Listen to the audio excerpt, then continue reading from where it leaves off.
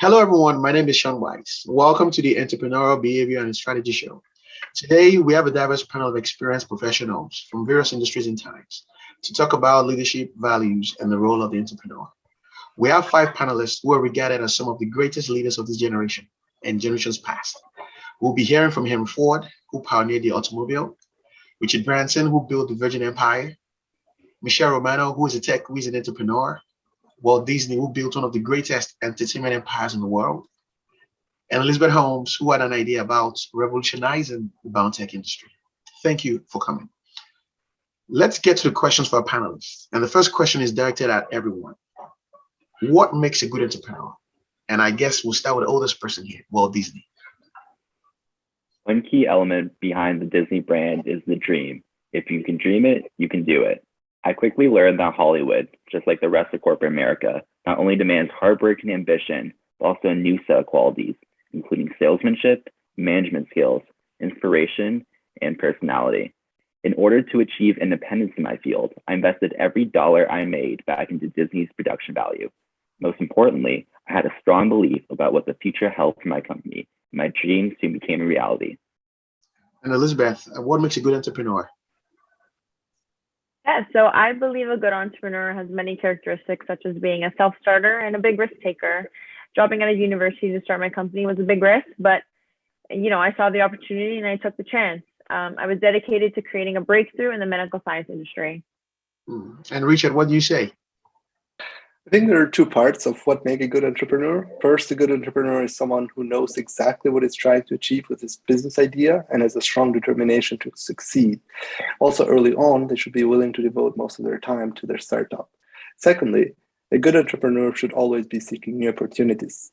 If you take a look at the history of Virgin Conglomerate, I believe that by 1990s, it comprised more than 100 businesses, as I was always looking for these new opportunities. And Henry Ford? Yes, I believe a good entrepreneur is determined with an eye to seize and optimize opportunities as they arise, much like myself. Being in the transportation industry, I noticed that there's a large market of middle-class Americans who are interested in vehicles but didn't have the means to afford them. This was my opportunity to step up and dominate the market. And Michelle, what are your thoughts on what makes a good entrepreneur? A good entrepreneur is resilient and a doer. When I first started my own business, the Tea Room, I entered a bunch of business plan competitions, and although I didn't win, I spent countless nights coming up with business ideas and cold calling companies, and eventually ended up raising about 100K. Thank you, everyone. The second set of questions is really about the biggest impact on your success and failures. And for this round, I'd like to start with Henry Ford. Yes, so I can speak on this. So I originally manufactured 9 different cars, but saw ample success with my Model T. I believe the biggest impact to my success was that I found a window of opportunity to advance my business by solely producing this model. By shifting my focus, I was able to innovate and open opportunity for mass production, which decreased the price of the cars for my consumers and allowed my business to grow exponentially and penetrate the market. However, the Model T sales began to plateau and decline as there was a growing popularity of stylish, expensive vehicles, which led me to discontinue the production of my Model T and develop an entirely new vehicle. I believe this cycle is now known as the S-curve, with the 3 stages of innovation, growth, and maturity. Thank you.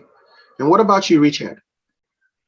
Yeah, throughout my personal and professional life, really, I've always been a risk taker, which in my opinion has been a factor in my success. That is exactly what helped me with the Virgin Atlantic Airlines. Back when we were starting, we only had one plane, and during the test flight, it experienced a flock of birds flying into the engine and heavily damaging it. We needed money for repairs, but the plane was not yet certified, so we couldn't raise money out of that. But I saw a big opportunity in being able to offer a better flying experience to our customers. And although not many believed in our success, I was determined to proceed through and take that risk. So I did a bit of restructuring of some of my other businesses and generated the cash we needed for the repairs. The rest is just history then. So Elizabeth, I saw you nodding some of the points that Richard was making. I'm assuming you have some things to add to that. Yes, so I had a vision to make lab testing more accessible for people who do not like to be poked by a syringe, like myself, which is why I created Theranos, which would allow patients to receive diagnosis from just a small finger prick of sample of blood. Having confidence in being committed from the age of 19 has led me to become one of the youngest female billionaires. I was driven and motivated to create something the medical industry has never seen before. However, my success later became my failure as my technology was not performing at its best, but I continued to hide that fact that my creation was failing. Thank you, Elizabeth.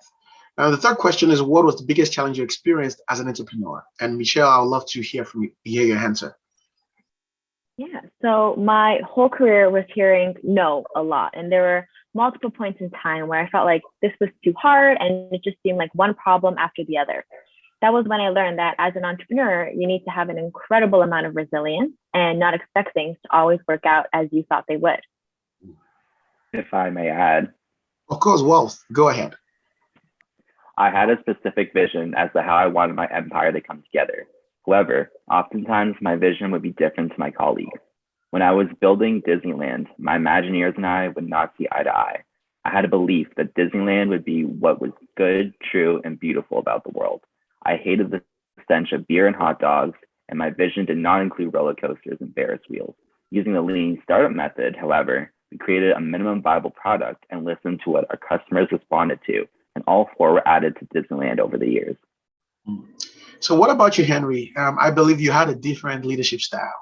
Yes, Sean, I did. So although I nearly doubled my workers' wages to $5 a day and was an early pioneer of the 5-day work week, this wasn't necessarily a charitable act. It was meant to act as an incentive to retain my employees and increase productivity. However, I fear I allowed my personal values to conflict with my business. I must admit, my leadership style, which I adopted from Adolf Hitler, was quite dictatorial. But to answer your question, my biggest mistake and challenge was that I allowed my stubbornness to prevent me from listening to the advice of my most trusted investors to innovate as the market shifted, which in turn resulted in my sales to fall dramatically. If only I'd listened and kept up with my innovations, I believe I would have maintained my position as an industry leader. And the next question is really how you've used the lean startup method in early stages of your company. And I think we should have our newer, or I guess younger entrepreneurs answer this, as the lean startup method is a fairly new concept. First with Richard, then Michelle, and finally with Elizabeth. Richard. Absolutely, yeah. I think that one of the most important things in the business today is to be fast. Speed matters in business. And that, in that sense, lean startup is really helpful because it focuses on figuring out what is the right thing to build for which customers are willing to pay. Some entrepreneurs have really great ideas and invest a lot of time to build the perfect product before a single customer has ever seen the product.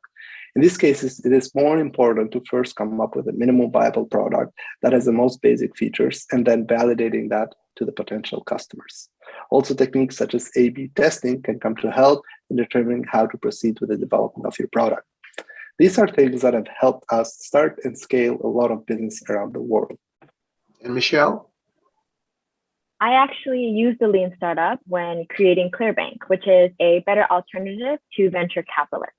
We are promoting the use of lean startup methods across our portfolio of startups, and this will definitely result in fewer failures compared to using traditional methods. We also listen to our startups, take into account their feedback and needs in order to provide the best financing solution. And I'm guessing, Elizabeth Holmes, you use the lean startup in starting Theranos. Can you talk about that? Yes, I'm sure we all know that one important aspect of the lean startup is the startup life cycle. So the startup life cycle starts with searching for a problem/solution, which is what I did with Theranos. I started Theranos with the mission of creating a cheaper, more efficient alternative to a traditional blood test.